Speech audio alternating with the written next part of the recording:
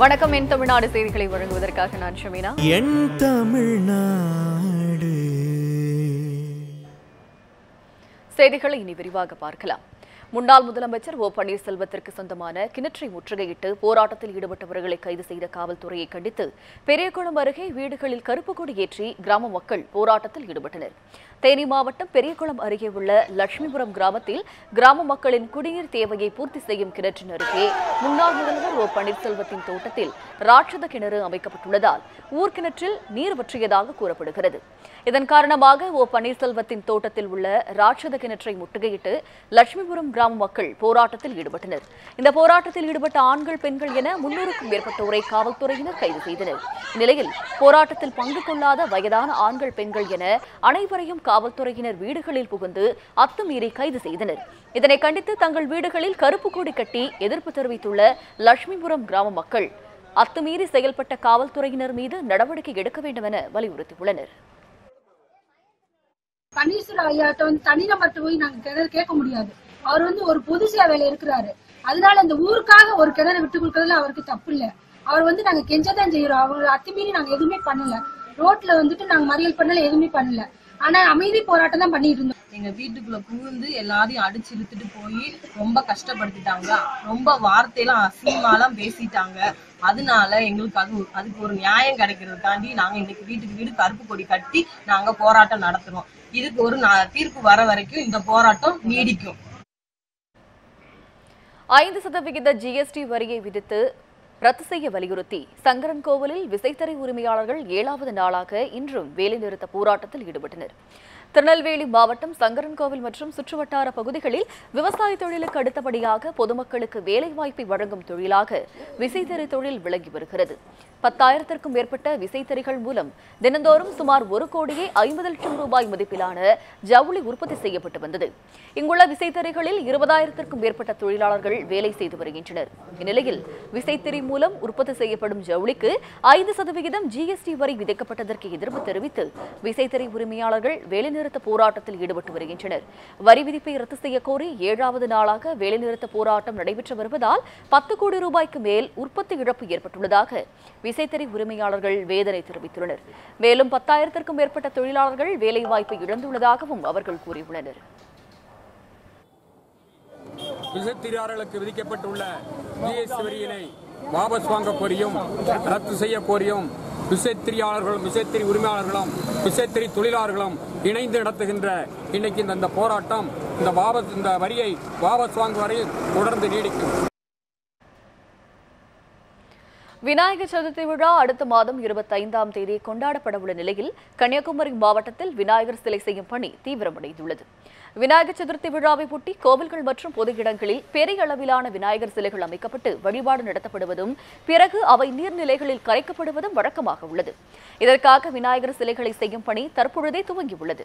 கன்னியாகுமரி மாவட்டத்தில் திங்கள்சந்தை அருகே கண்ணாட்டுவிளை என்னும் பகுதியில் பல்வேறு வகையிலான விநாயகர் சிலைகள் செய்யப்பட்டு வருகின்றன. காஞ்சிபுரம் மாவட்டத்தைச் சேர்ந்த 20க்கும் மேற்பட்ட சிற்ப கலைஞர்கள் இங்கு வந்து விநாயகர் சிலைகளை செய்து வருகின்றனர். கன்னியாகுமரி மாவட்டத்திற்கு மட்டும் 3000க்கும் மேற்பட்ட விநாயகர் சிலைகள் தேவைப்படுவதால் இரவு பகல் பாராமல் சிலைகளை வடிவமைத்து வருவதாகவும் சௌரிக்கிழங்கு மாவினை பயன்படுத்தி சிலைகள் செய்யப்படுவதால் அவை தண்ணீரில் கரைக்கும் பொழுது தண்ணீரை மாசுபடுத்தாது என்றும் சிற்ப கலைஞர்கள் தெரிவித்துள்ளனர். காஞ்சிபுரத்துலேருந்து கன்னியாகுமரி மாவட்டத்திலிருந்து இன்னைக்கு சிலை செய்ய வந்துக்கிறோம். 3000 சிலை செய்யணும். இப்போதைக்கு 1500 சிலை செஞ்சு முடிச்சிருக்கோம். நாங்கள் ஒரு 20 பேராக வந்து சிலை செஞ்சுக்கணும். ஒரு மாதம் முன்னாடி செய்ய ஆரம்பிச்சிருக்கோம். தொடங்கிடுறோம். இப்போதைக்கு பாய் சிலை முடிஞ்சு இன்னொரு பாய் சிலை தொடங்கிட்டு இருக்கோம். அடுத்த மாதத்துக்குள்ளே முடிஞ்சிடும். விநாயகர் சதுர்த்திக்குள்ளே முடிச்சிடும் சிலையெல்லாம். 20 நாளாக இந்த வேலை பண்ணிட்டு இருக்கோம். இப்போது பாதி வேலை முடிஞ்சிச்சு. 2000 சிலை தயாரிக்கணும். அதில் 1500 சிலை தயாரிச்சிட்டோம். தாமரை, சிங்கம், புலி, மயில், அண்ணன் எல்லாம் அன்னப்பாறை. இந்த சிலை நீர்நிலையில் கரைக்கிறதுக்கு எந்த ஒரு பாதிப்பும் எந்த ஒரு கெடுதலும் கிடையாது. ஏன்னா அதில் மரவள்ளிக்கிழங்கு மாவு, பெயிண்ட்டு கூட வாட்டர் பெயிண்ட்டு தான் யூஸ் பண்ணுறோம்.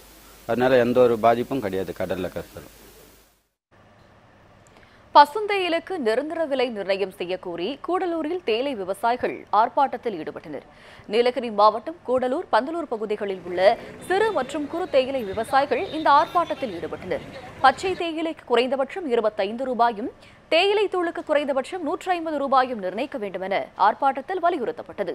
மேலும் ரசாயன உரங்களுக்கான வரியை திரும்பப் பெற வேண்டும், அனைத்து விவசாயிகளுக்கும் ஸ்மார்ட் கார்டு வழங்க வேண்டும் என்பன உள்ளிட்ட 10 அம்ச கோரிக்கைகளை வலியுறுத்தி கூடலூர் புதிய பேருந்து நிலையம் அருகில் நடத்தப்பட்ட இந்த ஆர்ப்பாட்டத்தில் 100க்கும் மேற்பட்ட தேயிலை விவசாயிகள் கலந்து கொண்டனர். அது மட்டுமல்லாம ஜிஎஸ்டியினால் இன்னைக்கு பாதிக்கப்பட்டிருக்கக்கூடிய விவசாயிகள், அதாவது அரசாங்கம் இதுக்கு சரியான ஒரு நிர்ணயம் செய்ய வேண்டும். எந்த பகுதியிலே இது டாக்ஸ் கொடுக்க வேண்டும்? பச்சை தேயிலை விவசாயி கொடுக்கணுமா, உற்பத்தி செய்யும் ஃபேக்டரி கொடுக்கணுமா, ஏலத்துக்கு எடுக்கக்கூடிய புரோக்கர் கொடுக்கணுமா, இனி ட்ரேடர் கொடுக்கணுமா, கடைசியாக வாங்கக்கூடிய நுகர்வோர் கொடுக்கணுமா? யாரு எங்க என்பதை நிர்ணயம் செய்ய வேண்டும். சீரான குடிநீர் வழங்க வலியுறுத்தி தமிழகத்தின் பல்வேறு பகுதிகளில் பொதுமக்கள் சாலை மறியல் போராட்டத்தில் ஈடுபட்டனர்.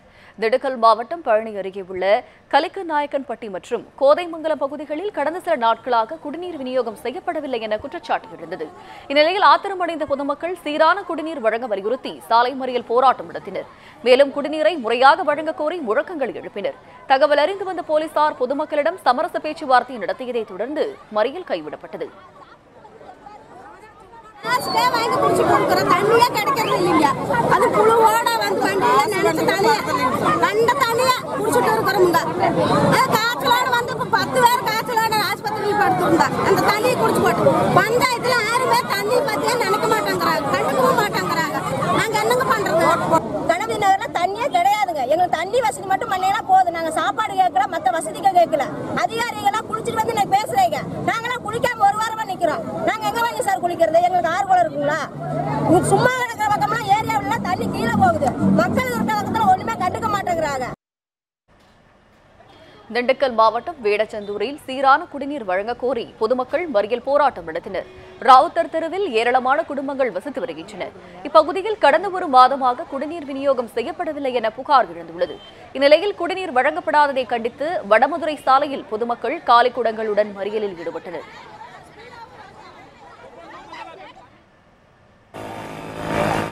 திருவண்ணாமலை மாவட்டம் செங்கம் அருகே குடிநீர் கேட்டு அரசு பேருந்தை சிறைபிடித்து பொதுமக்கள் மறியலில் ஈடுபட்டனர். தீத்தாண்டப்பட்டு கிராமத்தில் கடந்த 6 மாதங்களாக முறையாக குடிநீர் வழங்கப்படவில்லை என பொதுமக்கள் புகார் தெரிவிக்கின்றனர். இந்நிலையில் அந்த வழியாக வந்த அரசு பேருந்தை சிறைபிடித்த பொதுமக்கள் சாலை மறியலில் ஈடுபட்டனர். தகவல் அறிந்து வந்த போலீசார் சமரச பேச்சுவார்த்தை நடத்தியதை தொடர்ந்து பொதுமக்கள் மறியலை கைவிட்டனர். தண்ணியில ரொம்ப ஸ்கூல் பசங்களை ஸ்கூலுக்கு டைமுக்கு அனுப்ப முடியல சார். நாங்கள் தண்ணியில எங்கள் ஊரில் யாரும் வந்து பார்க்கறதில்ல, பிடி சார்தில்ல, தலைவர் வரதில்ல, யாரும் வந்து பார்க்கறதில்ல சார். சென்னை மாநகராட்சியில் குடிநீர் தட்டுப்பாட்டால் தவிக்கும் பொதுமக்களின் தாகத்தை தணிக்கும் வகையில் போரூர் ஏரியில் இருந்து குடிநீர் வழங்குவதற்காக தற்காலிகமாக சுத்திகரிப்பு மையம் அமைக்கப்பட்டுள்ளது. இது தொடர்பான செய்தி தொகுப்பை தற்பொழுது பார்க்கலாம். தமிழகத்தில் நிலவும் கடும் வறட்சியால் சென்னை மாநகரின் குடிநீர் ஆதாரங்களான புழல், செம்பரம்பாக்கம் உள்ளிட்ட அனைத்து ஏரிகளும் வறண்டு விட்டன. இந்நிலையில் மாநகரின் கோடைக்கால நீர் தேவையை பூர்த்தி செய்ய சென்னை மாநகராட்சியும் குடிநீர் வாரியமும் பல்வேறு முயற்சிகளை மேற்கொண்டு வருகின்றன. அதன் ஒரு பகுதியாக சென்னை போரூர் ஏரியில் உள்ள தண்ணீரை சுத்திகரித்து அதனை பொதுமக்களின் குடிநீர் பயன்பாட்டுக்காக மாற்றும் திட்டம் இன்று தொடங்கப்பட்டது. இந்த திட்டத்தினை தமிழக உள்ளாட்சித்துறை அமைச்சர் SP வேலுமணி தொடங்கி வைத்தார். இதன் மூலம் நாள் ஒன்றுக்கு 40 லட்சம் லிட்டர் தண்ணீர் எடுத்து பல்வேறு பகுதிகளுக்கு விநியோகிக்கப்பட உள்ளதாக அமைச்சர் தெரிவித்தார். எங்கெங்க சோர்ஸ் இருந்தாலும் உடனடியாக திட்டம் நடவடிக்கை எடுக்கப்படும். இந்த மாதிரி சோர்ஸ் எங்கே கிடைச்சாலும் உடனடியாக எல்லாமே நம்ம ஆய்வு பண்ணிகிட்டே இருக்கிறோம். எங்கே ஏதாவது ஒரு இடத்துல நம்ம வாட்டர் சோர்ஸ் கிடைச்சாலும் இப்போ பார்த்தீங்கன்னா திருவள்ளூர் மாவட்டத்திலேருந்து 100 MLD 300 கிணறுகளை விவசாய கிணறுகளை வாடகைக்கு அமைத்து எடுத்துகிட்டு இருக்கிறோம். இப்படி பல சோர்ஸ்கள் எந்தெந்த சோர்ஸ் கிடைச்சாலும் எடுக்கிறோம். அதே போல் இன்றைக்கி நெய்வேலி அங்கிருந்து எடுத்துகிட்டு இருக்கிறோம். ஏற்கனவே நெம்மேலியில் உள்ள கடல் நீரை குடிநீராக்கும் திட்டம், நெய்வேலி சுரங்கத்தில் உள்ள ஆழ்குழாய் கிணறுகள் மூலம் பெறப்படும் தண்ணீர் வீராணம் மூலமாக சென்னையில் பல்வேறு பகுதிகளில் விநியோகிக்கப்பட்டு வருகிறது. இந்த நிலையில் போரூர் ஏரியில் தொடங்கப்பட்ட இந்த திட்டத்தின் மூலமாக ஆலந்தூர், வளசரவாக்கம், KK நகர் உள்ளிட்ட பல்வேறு பகுதிகளுக்கு தடையின்றி குடிநீர் வழங்க முடியும் என குடிநீர் வாரிய அதிகாரிகள் தெரிவித்திருக்கிறார்கள். இருப்பினும் இதுபோன்ற திட்டங்களை தாங்கள் வரவேற்பதாகவும் நீர் ஆதாரங்கள் இருக்கக்கூடிய அனைத்து இடங்களிலும் செயல்படுத்த வேண்டும் என்றும் போரூர் பகுதி மக்கள் கோரிக்கை வைத்துள்ளனர். தாரம்பாக்கம், வானாகரம் இது போல சில ஏரியாக்கள்லாம் தண்ணி பஞ்சம் இல்லாமல் இருக்கும். இப்போ மிஷின் இறக்கி தண்ணி ஃபில்ட்ரு பண்ணி அனுப்புறதுனால இது நல்ல விஷயமாக தான் எங்களுக்கு தோணுது. இது மாதிரி எல்லா ஏரியிலையும் தண்ணி ஃபில்ட்ரு பண்ணி எல்லாருக்கும் அனுப்பிச்சா எல்லாருக்குமே யூஸ் ஆகும். தமிழக அரசு இதுபோன்ற திட்டங்களை தொடங்குவது வரவேற்கத்தக்கது என்றாலும் இது காலம் தாழ்த்திய செயல் என்கிறார்கள் நீர்வளத்தை பாதுகாக்க கோரிக்கை வைத்து வரும் அறப்போர் இயக்கத்தினர். போரூர் ஏரியை முறையாக தூர்வாரி இருந்தால் நாள் ஒன்றுக்கு 4 மில்லியன் லிட்டருக்கு பதிலாக 7 மில்லியன் லிட்டர் தண்ணீர் கூட எடுக்க முடியும் எனவும் அறப்போர் இயக்கத்தினர் தெரிவித்தனர். கண்டிப்பாக போரூர் ஏரியிலிருந்து அவங்க தண்ணீர் எடுக்கக்கூடிய திட்டம் வரவேற்கக்கூடிய ஒரு விஷயம்தான். ஏனென்றால் அது எடுக்க ஆரம்பித்தாங்க அப்படின்னு சொன்னாலே அதோடைய தரத்தை மேம்படுத்துவதற்காக தொடர்ந்து அவங்க வேலை செஞ்சாகணும். அது அந்த தந்தி கால்வாயில் சாக்கடை உள்ளே வராமல் பார்த்துக்கிறது, இது போன்ற பல விஷயங்களை அவங்க செஞ்சாகணும்.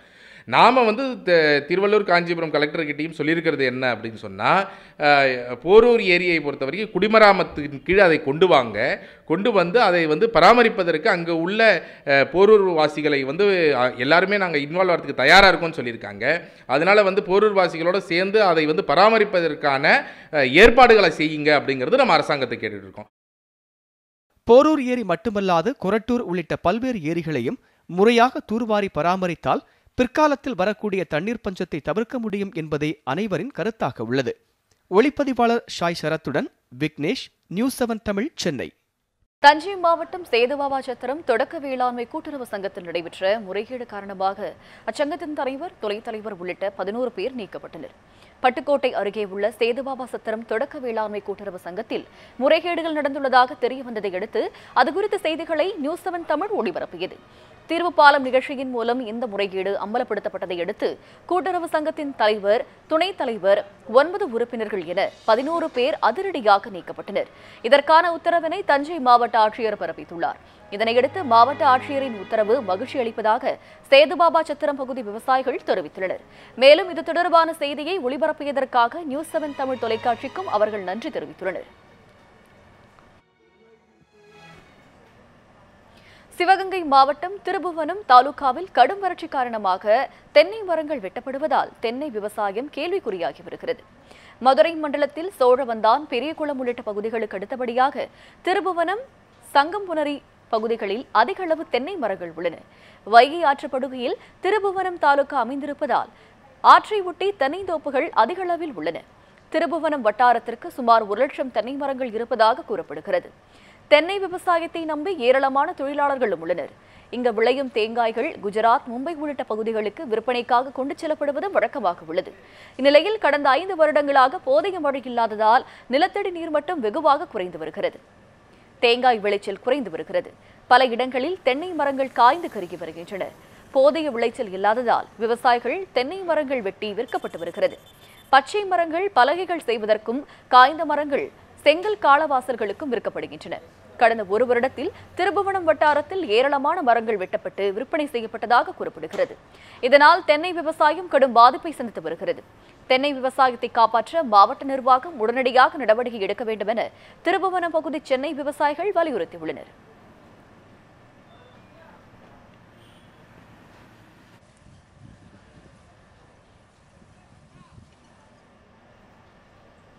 கதிராமங்கலத்தில் போராட்டம் நடத்திய பொதுமக்கள் மீது காவல்துறை தடியடி நடத்தியதை கண்டித்து சேலம் அரசு கல்லூரி மாணவர்கள் வகுப்புகளை புறக்கணித்து போராட்டத்தில் ஈடுபட்டனர். தஞ்சை மாவட்டம் கதிராமங்கலத்தில் ONGC நிறுவனத்தை கண்டித்து கடந்த சில நாட்களுக்கு முன்பு பொதுமக்கள் போராட்டம் நடத்தினர்.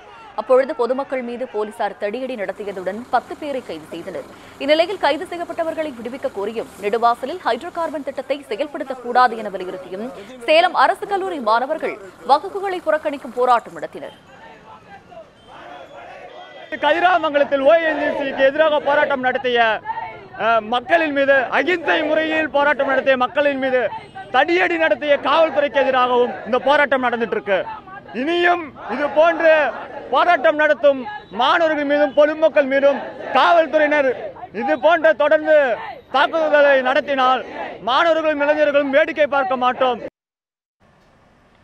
அடர்ந்த வனப்பகுதிக்குள் நாள்தோறும் 15 கிலோமீட்டர் தூரம் நடந்தே பயணித்து மழைவாழ் மக்களுக்கு தபால்களை வழங்கி வருகிறார் ஒரு தபால்காரர்.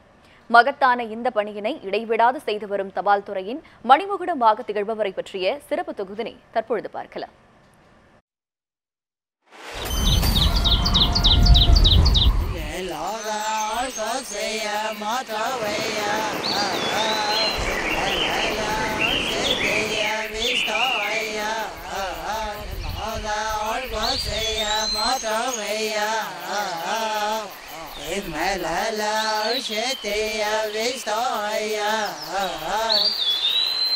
மேற்கு தொடர்ச்சி மலையின் முக்கியமான பகுதிதான் நீலகிரி மலை.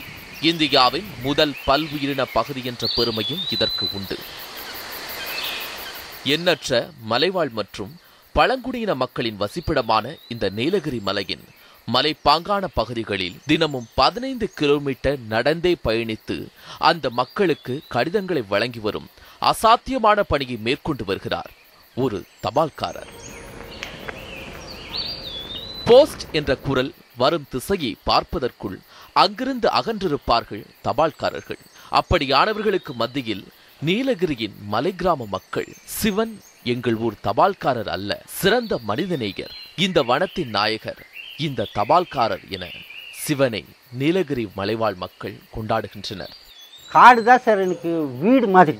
எனக்கு அந்த காட்டுக்கள் நான் போய் சர்வீஸ் பண்ணுறதுல எனக்கு வந்து டவுன் சர்வீஸ் பண்ணினதை விட அந்த சர்வீஸ் வந்து எனக்கு என்னமோ பெரிய ஒரு கடவுள் கொடுத்தா வரோம். அதனால் நான் காட்டுக்குள்ளேயே சுற்றிக்கிட்டு காட்டுக்குள்ளேயே நான் டெலிவரி பண்ணிக்கிட்டு மக்களுக்காக நான் உழைச்சிக்கிட்டு இருக்கிறேங்க. தூரத்துக்கு தூரம் வீடுகள்லாம் தனித்தனியாக இருக்குது. அந்த வீட்டுகளுக்கு எங்கள் வீட்டுக்கு வந்தாலும் ஒரு தபால் இருந்தாலும் அந்த தபாலுக்கு எத்தனை கிலோமீட்டர் நான் நடந்தாலும் எனக்கு அதை பற்றி கவலை இல்லை. அந்த வீட்டில் கொண்டு சேர்த்துட்டு தான் எனக்கு வேறு வேலை. நீலகிரி மாவட்டம் குன்னூர் வண்ணாரப்பேட்டை பகுதியை சேர்ந்தவர் இந்த சிவன். 62 வயதை கடந்த நிலையிலும் கடந்த 30 ஆண்டுகளாக தொடர்ந்து தபால் துறையில் பணியாற்றி வருகிறார். இவர் இங்குள்ள ஹில்க்ரோ தபால் நிலையத்தில் 6 ஆண்டுகளாக கிராம தபால்காரராக பணியாற்றி வருகிறார். தான் பணிபுரியும் தபால் நிலையத்திற்குட்பட்ட மலை கிராமங்களுக்கு தினம்தோறும் கடும் குளிரிலும் கொட்டும் மழையிலும் நனைந்தபடி காட்டு விலங்குகளையும் கடந்து ஏற்ற இறக்கமான பள்ளத்தாக்கின் வழியே அடர்ந்த வனத்திற்குள் நாள்தோறும் 15 கிலோமீட்டர் தூரம் பயணித்து மகத்தான பணியினை இடைவிடாது செய்து வருகிறார் இந்த தபால்காரர் சிவன். இப்ப கேட்டது என்ன சவுண்டு? ஆஹா,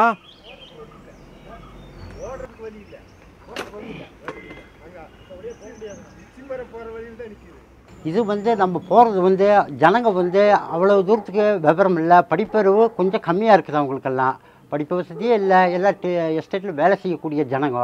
அவங்களுக்கு வந்து நம்மளால் முடிஞ்சது ஒரு போஸ்டல் சர்வீஸில் வந்து எவ்வளோ தூரத்துக்கு எனக்கு அவங்களுக்கு வந்து உதவி செய்ய முடியுமோ அந்த சர்வீஸை நான் அவங்களுக்கு கரெக்டாக பயன்படுத்திக்கிட்டு இருக்கேன்.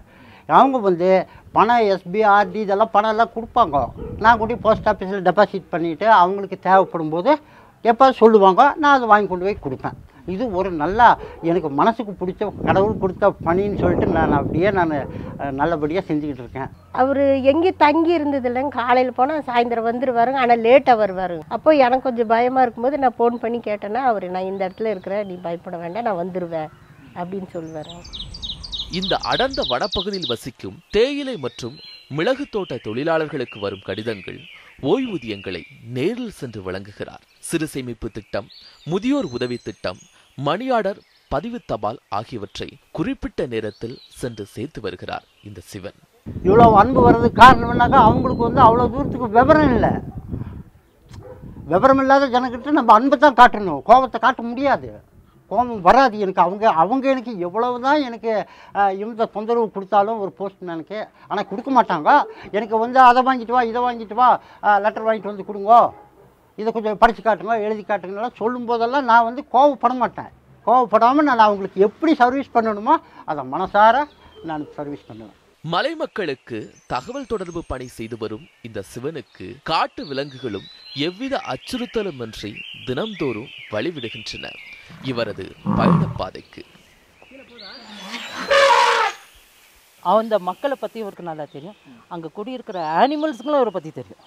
நாட் ஒன்லி பீப்புள், அந்த ஆனிமல்ஸுக்கும் இவரை பற்றி நல்லாவே தெரியும். இவர் வராரு போகிறாருன்னு பயப்படக்கூடாதுன்னு அவங்க ஒளிஞ்சிருக்கோங்க. அந்த ஆனிமல்ஸ் தேர் ஸோ ஹியூமன்.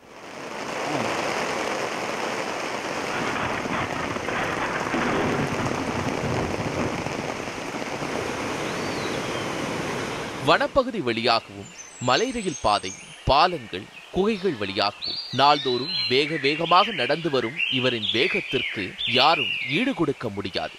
இந்த 62 வயது இளைஞரின் அர்ப்பணிப்பான பணி தபால் துறைக்கே மணிமகுடமாக விளங்குகிறது. ஆனால் ஒரு லெட்டர் இருந்ததுன்னா அவங்க வீட்டில் அவங்க கையில் தான் கொண்டு ஒப்படைப்பார். அடுத்தவங்ககிட்ட கொடுத்து அனுப்புகிறேன், ரொம்ப தூரமாச்சு, யானை இருக்குது, யானை எத்தனையோ டைம் அவரை துரத்திருக்கு. காட்டு மிருகங்கள் அந்த ரயில்வே ஸ்டேஷன் மாஸ்டராக கூட தூக்கியிருக்கு. அப்படி இருந்தும் கூட அவர் பயம் இல்லாமல் வந்துடுவார். ஏன் அந்த லெட்டர் அவங்கக்கிட்ட கையில் கொடுக்கணும்னு. ஏன் சார் ஒரு லெட்டருக்காக வேண்டி இவ்வளோ தூரம் ஏன் நடந்து வர்றீங்க அப்படின்னு சொன்னால், அது இல்லை, என்னுடைய வேலை அதுதான், என்னுடைய டியூட்டி அதுதான், அதனால் அவர் கையில் தான் கொடுப்பேன்னு சொல்லி கொடுப்பாரு. மலைவாழ் மக்களை சந்தித்து கடிதங்களை வழங்குவதும் அவர்களுக்கு உதவுவதும் எனக்கு பிடித்தமான விஷயங்கள். அதை எப்போதும் செய்வேன் என சப்தமிட்டு சொல்லும் சிவனின் வார்த்தைகள் நீலகிரி மலைத்தொடர் முழுவதும் பட்டு எதிரொலிக்கிறது. தபால் துறையின் மணிமகுடமாக திகழும் மனிதநேயம் மிக்க சேவையாளர் சிவனின் பணி நீலகிரி மலைத்தொடரை விட உயர்ந்து நிற்கிறது என்றால் அது மிகையாகாது. நியூஸ் 7 தமிழ் சிறப்பு செய்திகளுக்காக சா ஜெகன். இத்துடன் என் தமிழ்நாடு செய்திகள் நிறைவடைந்தன. மேலும் பல அண்மை செய்திகளுக்கு இணைந்திருங்கள் நியூஸ் 7 தமிழுடன்.